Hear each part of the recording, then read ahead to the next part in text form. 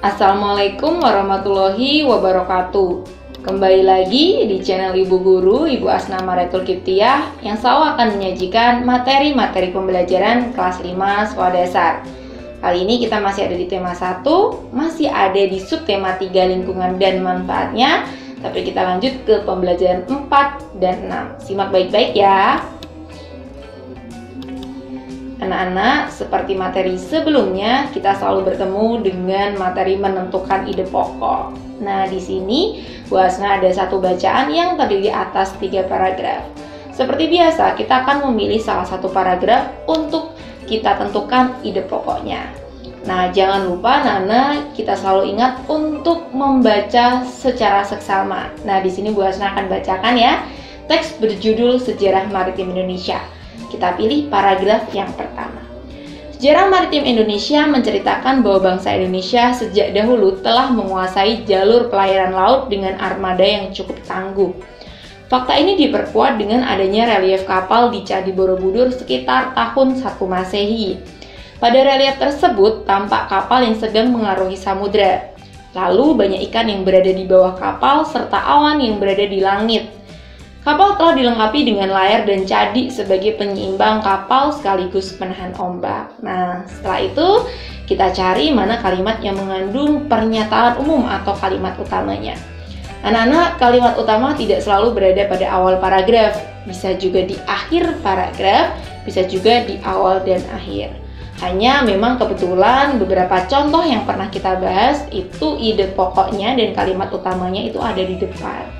Seperti halnya pada paragraf ini, kalimat utamanya itu ada di awal paragraf. Sejarah maritim Indonesia menceritakan bahwa bangsa Indonesia sejak dahulu telah menguasai jalur pelayaran laut dengan armada yang cukup tangguh. Nah, dari sini kemudian kita rumuskan ide pokoknya. Ide pokok itu lebih sederhana ya anak-anak. Nah, ide pokok dari paragraf pertama ini adalah bangsa Indonesia sejak dahulu telah menguasai jalur pelayaran laut. Nah, itu dia ide pokok dari paragraf pertama. Untuk paragraf kedua dan paragraf ketiga kalian bisa pelajari sendiri di rumah. Nah, berikutnya anak-anak, kalian sudah pernah melihat atau memegang uang 75.000? Nah, uang ini adalah uang yang sangat unik sekali. Pada lembar uang 75.000 itu tergambar beberapa suku bangsa yang ada di Indonesia. Nah, Indonesia sendiri itu adalah sebuah negara yang terkenal akan keragamannya. Apa saja keragaman budaya Indonesia itu? Yang pertama adalah keragaman suku bangsa. Nah, Indonesia sendiri itu sukunya itu merupakan pencampuran antara nenek moyang bangsa yang berasal dari Yunan itu di Tiongkok Selatan, dengan penduduk indigenous dan Indo-Aryan dari Asia Selatan. Nah, yang kedua adalah keragaman bahasa. Ketiga, keberagaman religi. Dan yang keempat, keragaman seni dan budaya. Keragaman dan keberagaman inilah yang kemudian membuat Indonesia menjadi negara yang sangat terkenal akan kemajemukannya di mata dunia. Berikutnya anak-anak, dampak apa yang didapatkan dari keberagaman Indonesia itu? Nah, ada dampak positif dan dampak negatifnya anak-anak. Dampak positif dari keberagaman Indonesia yang pertama adalah dikenalnya budaya Indonesia melalui kegiatan perdagangan dan pariwisata.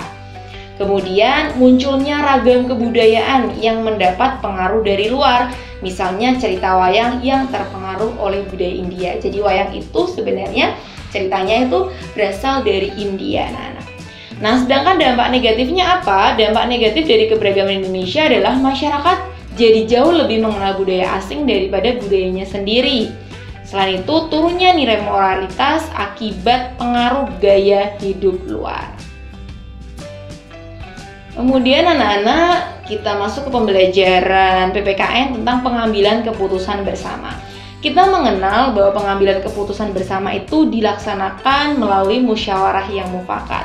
Tapi sebenarnya pengambilan keputusan bersama itu ada beberapa cara. Yang pertama adalah percaya pada keputusan orang yang lebih tua atau orang yang dianggap bijaksana. Yang kedua ini yang tadi sudah Bu Asna sebutkan adalah musyawarah mufakat. Ini adalah salah satu budayanya orang Indonesia bahwa ketika memutuskan sesuatu itu dengan cara musyawarah mufakat. Yang ketiga, itu bisa dilakukan dengan pengambilan keputusan suara terbanyak atau voting gitu ya. Dan juga bisa dilaksanakan dengan aklamasi. Apa itu aklamasi? Aklamasi adalah pernyataan setuju secara lisan dari seluruh anggota kelompok. Berikutnya kita masuk ke materi IPA tentang kelainan gangguan atau penyakit pada otot. Nah, kalau kemarin kita membahas tentang penyakit pada tulang, ini penyakit pada otot. Apa saja? Yang pertama adalah hipertrofi. Kalian bisa lihat di sebelah kiri ya, hipertrofi. Hipertrofi itu adalah kelainan otot berupa pembesaran otot yang mengakibatkan ukuran otot menjadi jauh lebih besar dan kuat. Nah, ini biasanya disebabkan karena aktivitas yang berlebihan. Kebalikan dari hipertrofi itu atrofi ya anak-anak. Atrofi itu penyusutan massa otot yang membuat serabut otot mengecil.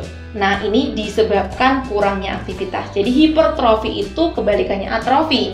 Hipertrofi ototnya jadi besar, atrofi itu ototnya jadi kecil. Hipertrofi gara-gara kebanyakan aktivitasnya, sedangkan atrofi itu karena kurangnya aktivitas. Tuh ingat ya. Kemudian berikutnya adalah stiff. Stiff itu nama lain dari kaku leher, kelainan otot akibat peradangan otot trapesius di leher. Nah, stiff ini anak-anak disebabkan gerakan salah atau hentakan yang mendadak. Berikutnya adalah tetanus. Tetanus ini adalah kelainan yang disebabkan oleh bakteri Clostridium tetani. Bakteri ini biasanya masuk ke tubuh melalui luka yang ada di bagian tubuh, biasanya itu di bagian kaki. Kemudian berikutnya adalah kram. Kram ini adalah kejang otot. Biasanya karena ketika kita beraktivitas lupa untuk melakukan peregangan atau pemanasan. Nah, berikutnya anak-anak ciri-ciri komik. Kalian kemarin sudah membahas tentang komik, tapi Bu Asna ingatkan dulu apa itu komik. Siapa tahu kalian lupa ya. Nah, pengertian dari komik itu merupakan cerita bergambar yang disajikan secara menarik. Sebagian besar isi cerita dalam komik disajikan dalam bentuk gambar. Meskipun demikian, dalam komik juga disajikan bahasa tulis dalam bentuk narasi pengantar maupun bahasa langsung. Nah, ini yang penting, ciri-ciri komik. Ciri komik yang pertama adalah hadir untuk menyampaikan cerita. Yang kedua, proporsional. Apa itu proporsional? Proporsional itu adalah membaca komik itu sanggup membawa pembacanya seolah-olah terlibat menjadi pelaku utama pada komik tersebut. Jadi seolah-olah kita terbawa dan masuk pada cerita itu yang disebut sebagai proporsional. Yang ketiga, menggunakan bahasa percakapan. Yang keempat, biasanya bersifat kepahlawanan. Yang kelima, penggambaran watak secara sederhana. Dan yang keenam, menyediakan humor. Itu adalah ciri-ciri komik anak-anak. Diingat baik-baik ya. Nah, kemudian kemarin anak-anak kalian sudah membahas tentang berbagai macam kelainan pada organ gerak, terutama organ gerak pada tulang gitu ya. Tetapi belum membahas tentang bagaimana cara pencegahannya. Nah, kali ini kita akan membahas tentang kelainan pada organ gerak tersebut serta bagaimana cara mencegahnya. Nah, yang pertama itu ada penyakit namanya kelainan kaki X atau disebut juga dengan genu valgum. Nah, ciri-cirinya itu adalah kedua lutut berdempetan sementara bagian telapak kakinya menjorok keluar. Ada juga kelainan kaki O atau genu varum namanya. Itu adalah ketika kedua lutut menjauh sementara telapak kaki terhimpit. Nah, penyakit ini dapat dicegah dengan makan makanan bergizi dan kaya serat serta membiasakan sikap duduk dan berdiri yang baik. Nah, anak-anak, itu ada 3 gambar. Yang paling kiri itu adalah kaki normal, yang tengah itu adalah kaki O, dan yang paling kanan itu adalah kaki X. Berikutnya ada penyakit namanya artritis, merupakan peradangan yang terjadi pada persendian.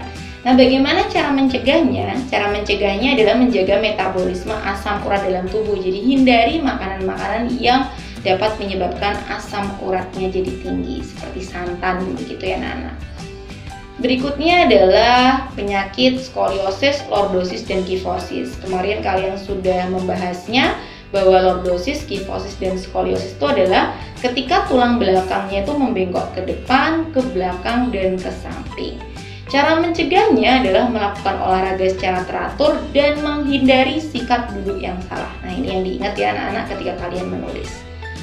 Kemudian berikutnya adalah osteoporosis, itu adalah keadaan tulang keropos atau rapuh.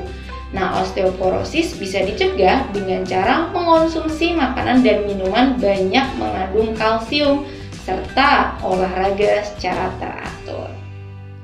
Nah, berikutnya ada penyakit namanya rakitis. Rakitis itu adalah pelunakan dan pelemahan tulang karena kekurangan vitamin D. Ingat ya, rakitis itu disebabkan karena kekurangan vitamin D. Nah, nanti kalian bingung, Bu Asma kok gambarnya seperti kaki O dan kaki X. Nah, anak-anak, jadi rakitis ini itu menyebabkan kaki menjadi bentuknya X atau O. Jadi kalau orang rakitis itu pasti kakinya hurufnya O atau X. Tapi belum tentu orang yang kakinya O dan X itu menderita penyakit rakitis. Itu yang harus diingat ya, karena rakitis itu kekurangan vitamin D.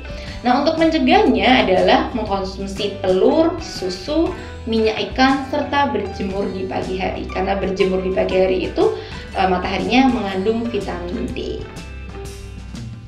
Nah, itu dia anak-anak materi kita hari ini. Semoga bermanfaat. Wassalamualaikum warahmatullahi wabarakatuh.